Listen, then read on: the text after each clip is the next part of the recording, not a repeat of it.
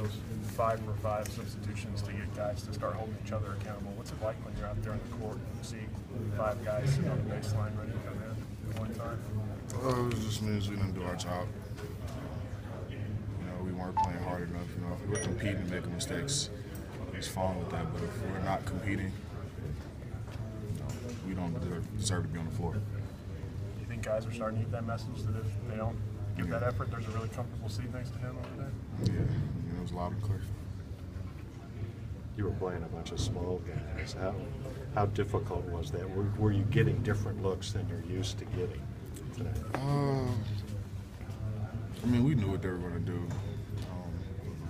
They were going to pack the paint in, force us to shoot jump shots, so we need to push the ball.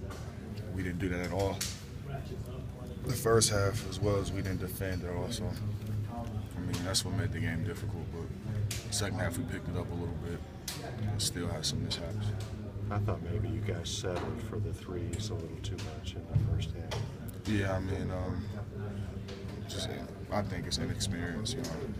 Guys just aren't, used to seeing stuff like that, so it's easy to settle because that's the easy thing to do. But at the end of the day, we just have to overcome that and just gotta learn from it. Is it helpful to see these things in an actual game situation instead of just hearing Cal tell them to you over and over again? I think for a lot of us, this is the best thing that could happen to us.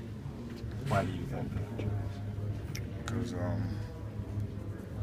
maybe he's getting onto us in practice, and we're like, yeah, okay, but just to actually for it to happen, kind of the best thing for a person, just a person in life in general, is to learn from it by experiencing. And I think a lot of us got that message tonight. How different is this team when Andrew is healthy, ready to go out there? Yeah, it's kind of hard on Aaron because Aaron's been playing shooting guard his whole life, and he's just always known to score the ball. So kind of to switch that role and play point guard. I can only imagine that it's tough. I can't speak for him. I don't know if it's tough for him, but from what I know, if I was in the position, it'd be tough for me. But Andrew's a great player, great point guard, and when we have him, we're going to be a lot better, and leadership will be a lot better too. You and Alex seem to handle the ball pretty well for as big as you guys are, and then maybe even kick it out to guards at times. Is that a part of your game that a lot of people maybe didn't know about? I feel like I've done that pretty much my whole career. So, Cal had the no foul out rule. Was that weird? And do you think he was preparing you for Louisville? no foul out rule. Fred Tiller had 8 fouls.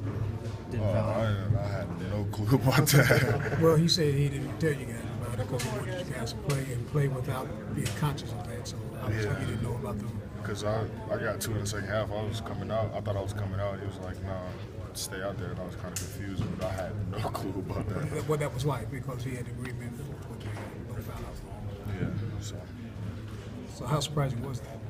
Say that? How surprising was it that you picked up 2 fouls the first half? Thought you were coming out, but he told you to stay in.